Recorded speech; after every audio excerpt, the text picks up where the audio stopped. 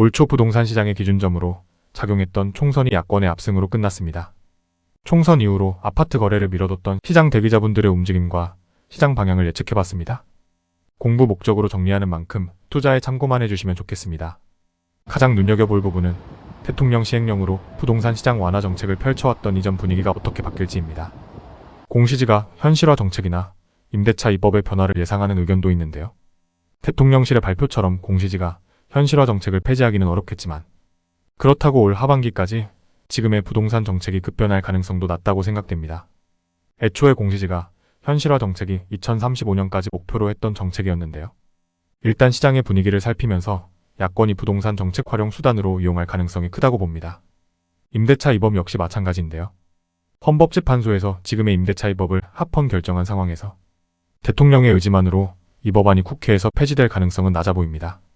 법안 개정이 필요한 부동산 관련 정책들은 결국 대통령실의 의지보다는 야권의 시장 판단 능력에 따라 점진적으로 변화될 가능성이 커 보입니다. 오히려 부동산 시장에 영향을 줄 요소로는 앞으로의 경제 상황이라 보이는데요. 지난해 재정적자가 84조를 넘을 만큼 그 폭이 커졌다는 점, 여전히 높은 수준의 인플레이션과 가계부채 상황, 미국의 금리 인하 가능성이 점점 늦춰진다는 점, 원달러 환율의 상승, 경제 성장률 둔화 등이 올 하반기와 내년 부동산 시장에 더 큰 영향을 줄 것으로 예상됩니다. 지금 정부 상황을 볼 때 어느 것 하나 해결하기 쉽지 않아 보이는데요. 그렇다면 정책 대출을 통해 살짝 반등세를 보여주는 아파트 매매 시장은 선거 이후 어떤 변화를 보일까요? 미분양 증가세와 매물 증가폭을 눈여겨봐야 할 듯합니다. 물가 상승만큼이나 분양가 상승세도 이어지고 있는데요. 공급이 중요하다며 정부와 야권 모두 공급 확대를 약속했지만 높은 가격에 공급되는 아파트들을 받쳐줄 수요가 그만큼 따라가지 못할 경우 미분양 증가세가 꺾이기는 힘들어 보입니다. 또한 서울과 경기도의 아파트 매도 물량이 역대 최고치로 쌓여있는 상황인데요. 현장에서 급매로 나온 매물들을 살펴보면 벽전세나 여러 사업 관련 대출로 힘겨운 분들이 많습니다.